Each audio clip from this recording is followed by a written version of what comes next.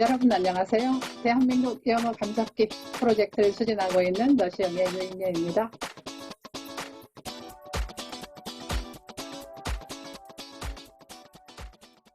지난 사이드 강의 한글-신의한수를 듣고 제 친구 몇 사람이 피드백을 보내왔어요. 그런데 하나같이 이거 영어가 그렇게 어려운 데는 다 이유가 있었고만 난 그냥 신의한수 우리말이나 하고 살래 하는 영어 포기 공식 선언이었어요. 정도의 차이는 있지만 다들 평생 영어 스트레스에 시달리면서도 영어 공부를 열심히 하는 것도 아니고 아예 탁 놓아버리지도 못하는 그런 어정쩡한 스탠스를 취해오던 친구들이었죠. 울고 싶을 때 제가 뺨 때려준 거죠. 근데 진짜 뺨 맞은 것처럼 얼떨떨해진 건 저였어요. 이거 뭐지?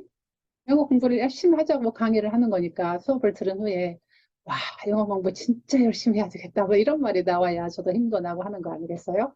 좀 황당했죠. 해당 수업 내용과 관련해서 제 미국인 친구와도 이야기를 좀 했었는데요. 참고로 이 친구는 한국과 한국 문화에 대한 애정이 아주 각별하고 우리말도 수준급이에요. 오늘은 그 친구와 이야기한 내용을 그 친구의 워딩으로, 그러니까 영어로 정리해서 말씀드리겠습니다. Your lecture reminds me of an elephant. I hear the animal grumble. Why me again? As you know, there are sayings about this gigantic animal, an elephant in a room and a blind man and an elephant. And both situations fail in recognizing the animal as it is. The same applies to your lecture a bit, which ignores the shortcomings of Korean while only emphasizing its merits. I'm afraid that this inflates the chauvinist ego of anyone, which could curb his or her further progress. I know that everyone knows, but I want to remind the young people anyway that English is the global language. So, mastering English can be a mighty leverage in realizing their dreams and also enriching their life. Let me give you some related statistics. English is the official language in 53 countries, the second in over 70 nations, and is being taught in more than 100 countries worldwide. If you want to teach non-Koreans your master stroke language, you've got to learn English first, because you will very likely need to use English to teach Korean. Also, about 85% of scientific and technological information and internet content are written in English. It is truly an enormous proportion. Don't you think so? And if you have to wait for someone's translation to access them, your competitive power will be seriously weakened in this fast-paced, speedy information age. Moreover, it is the language of the media industry, educational system, business, international trade, culture, film, music, sports, and international politics. Of course, you could manage to work with your mother tongue Korean in those fields on the global stage, but nonetheless, without English proficiency, your role will be limited.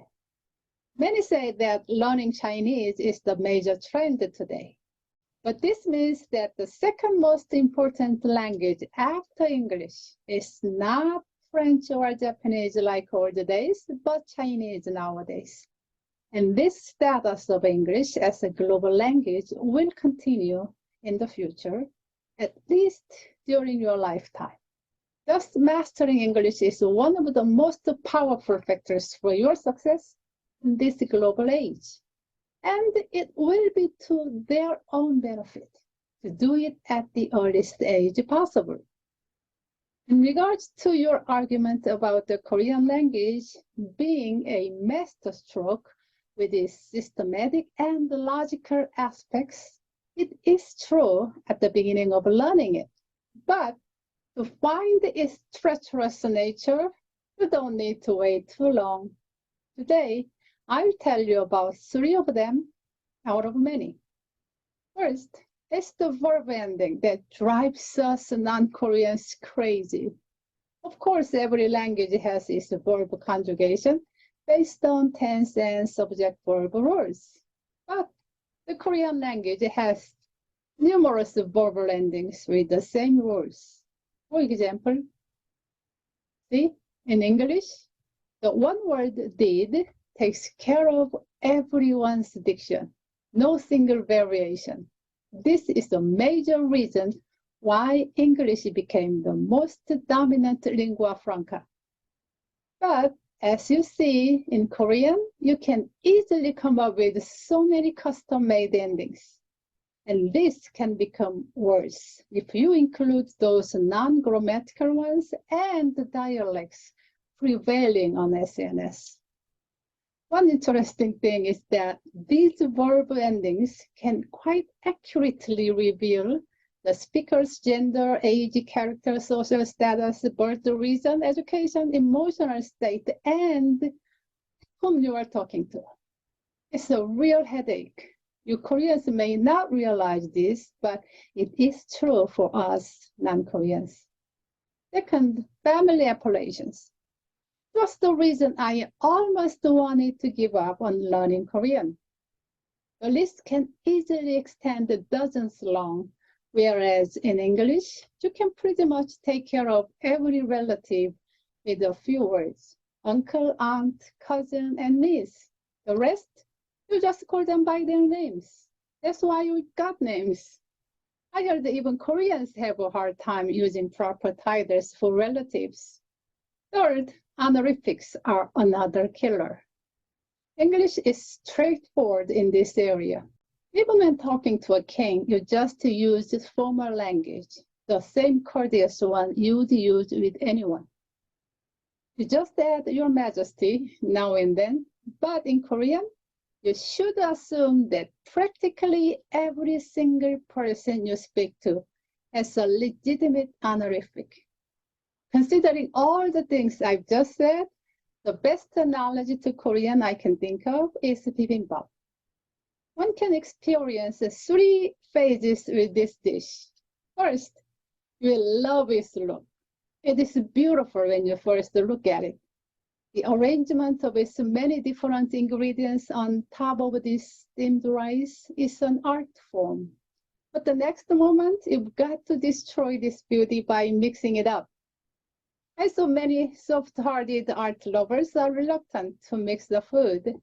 I don't blame them, since it becomes a bizarre-looking mixture once you are done mixing. It may even look gross, but don't jump the gun yet.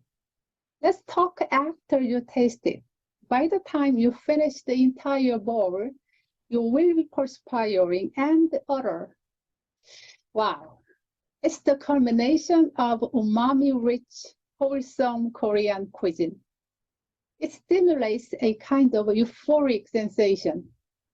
To be more exact, you'll experience a food orgasm, foodgasm. So, I can warn non-Koreans who want to learn Korean, be ready to go through 3 steps. The first, seemingly piece of cake stage. The second, taxing your patience and brain stage. And this is the time many give up.